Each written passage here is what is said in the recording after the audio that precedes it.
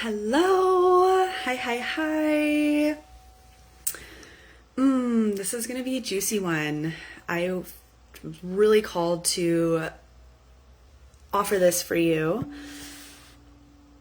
And it's really going to be really beautiful because I've been sitting with this for a while and it's starting to really come through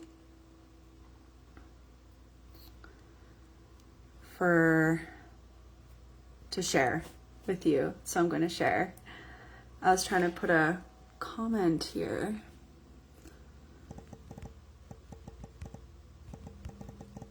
Before I get into this, maybe a few more people will pop on live, maybe not.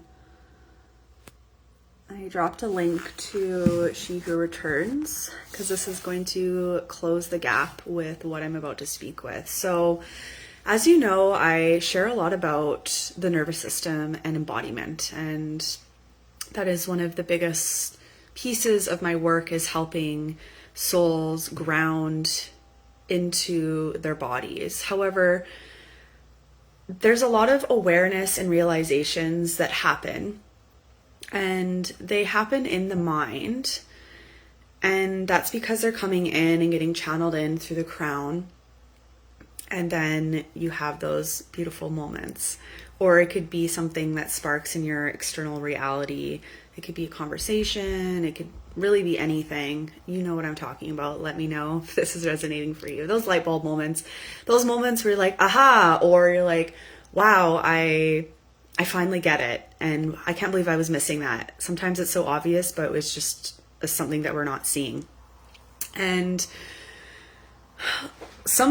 a lot of the times when we can think about, actually, I'll share it this way.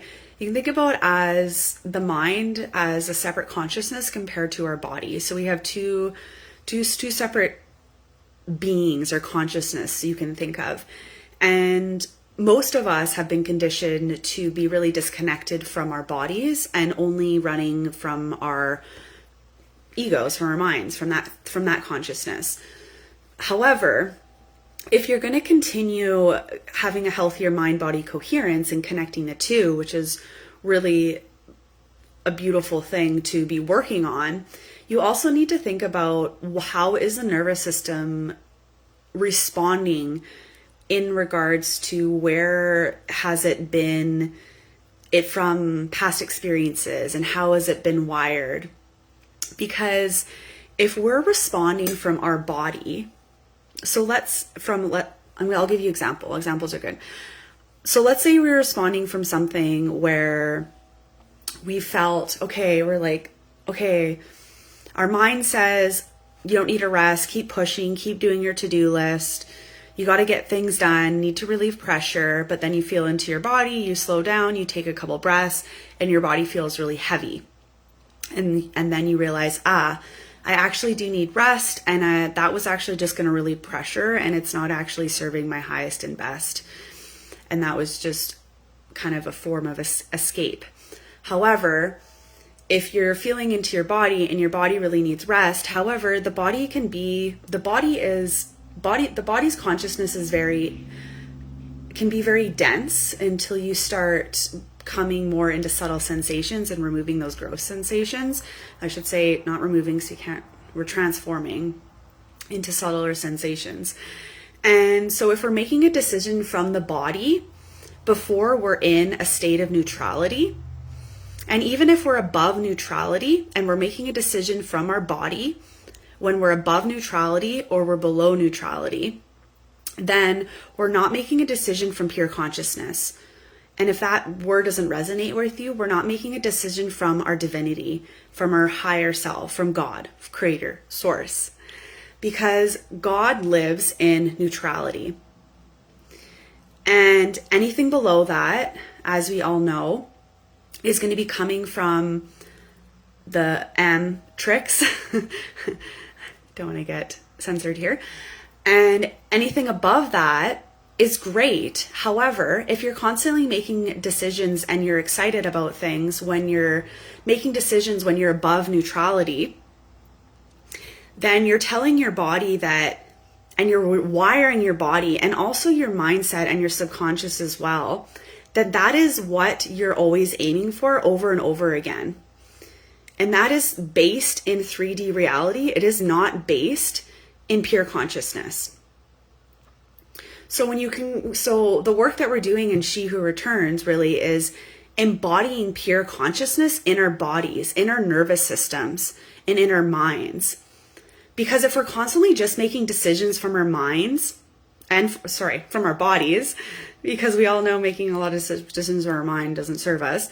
But if we're constantly making decisions from our bodies if we're below neutrality or if we're above neutrality, then it's not going to serve us. And we're coming from a place of conditioning, no matter what.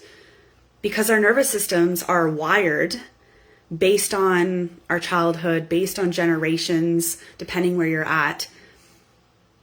So the integration and embodiment that I'm doing in this woman's container is going to support you in coming back into neutrality over and over and over again. So then, therefore, you're not making decisions from your ego, from your wounding, and from how your nervous system is wired in this present moment. Because the nervous system, this is our 3D physical meat suits, the nervous system takes time. It's in the physical to actually shift. We can shift, but we can shift our frequency instantaneously because we are God. We are pure consciousness. So that is what I really wanted to share today. That's been coming forward for me because there's so much talk, and I talk about it lots, of rewiring the nervous system or working within a nervous system or how dysregulated you are, etc. But if you're coming from a place of, I'm feeling dysregulated, well, what is that root? That root is probably coming from some sort of wounding. And so therefore, if you're making decisions, even if you're like, okay, amazing, I'm going to pull back, I'm going to take space, I'm going to work on regulating myself, and then I'm going to come back. But then what frequency are you embodying in that moment before you're making a decision moving forward? Whether that's rest or that's action or whatever it is, you always need to be in neutrality in order to move forward in life, to allow God to channel through you. So then therefore, you can receive your heart's desires without effort. So this is the work that we are doing inside of She Who Returns. It's an integration and embodiment of pure consciousness of God into your meat suit, into the mind, subconscious, and into your body. So you can constantly, because when you're in a state of neutrality, you can command your reality and you become so much more powerful. And then therefore, you're not allowing the M matrix to control your reality and your inner reality. And then therefore, you don't have to do so much efforting. You can be more, you can do less. You can shift your external reality when you are constantly training yourself to come back into neutrality over and over and over again. And then from that place, when you get into neutrality, you can expand your energy outwards. And the farther and wider and expansive you can get, and eventually expanding all the way out into source, into that single point, then you become so magnetic. Like I mentioned, I haven't mentioned magnetism, but to receiving your desires is what I was getting at. So yes, in She Who Returns, we are working with the mind, we are working with the body and the integration and embodiment, but we are working on you embodying neutrality all the time. Because when you're in neutrality, that is when everything in your life shifts. It's not living in the high vibe, high frequencies all the time. And of course, we don't want to be living in the matrix, lower, below neutrality programs and conditions and wounding. So I'd love to hear how that's landing for you. There's lots of people live right now. You might have to rewatch this, but I really wanted to share that because there's so much talk about the nervous system And if you're constantly thinking, I want to be always in gratitude and joy and peace and love and blah, blah, blah, that's actually not serving you. And then are you wondering why it's hard to embody your realizations and for your transformation to stick long term? This is why. Because God, pure consciousness, yes, is love expressing into form, but neutrality is what sets the stage. It's not being in high vibes all the time, and it's not obviously being in the matrix, low sadness, anger, grief, etc. But we do need to know how to process and move through those emotions and find them within the body. And that's what we're going to be doing, is somatically processing these gross, dense sensations and roots within the body and the mind, within She Who Returns. So you can continuously keep staying in neutrality. So I'd love to hear how that's resonating for you. Do you know what it feels like to be in neutrality? I'd be curious. Is this something that's a new concept to you? Have you experienced neutrality? Do you have any tools or practices that you use to come into neutrality? I would love to hear this. And I want to mention too, this isn't like spiritual bypassing. We're not bypassing anything.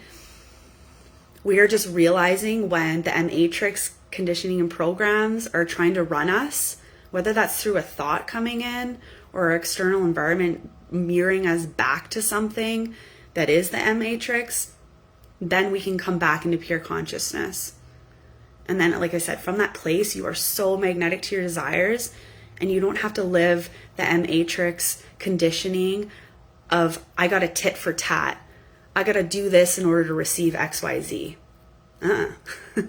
Life gets so much more easeful, and you can be more, we're here to experience, not to do. And let me show you that in my new container here in She Who Returns. I would love for you to experience what this is like. I dropped the application link in the comments there. Feel free to apply. We start January 25th. Sorry for all the beautiful conscious males out there. I do chat a lot with you all. This is just a female only container. However, if you are a male receiving this and it's resonating for you, please reach out. We can chat about my mentorship container. I do love working with males as well. So sending you lots of love. I'm really curious to hear how this lands for you. And we'll chat soon.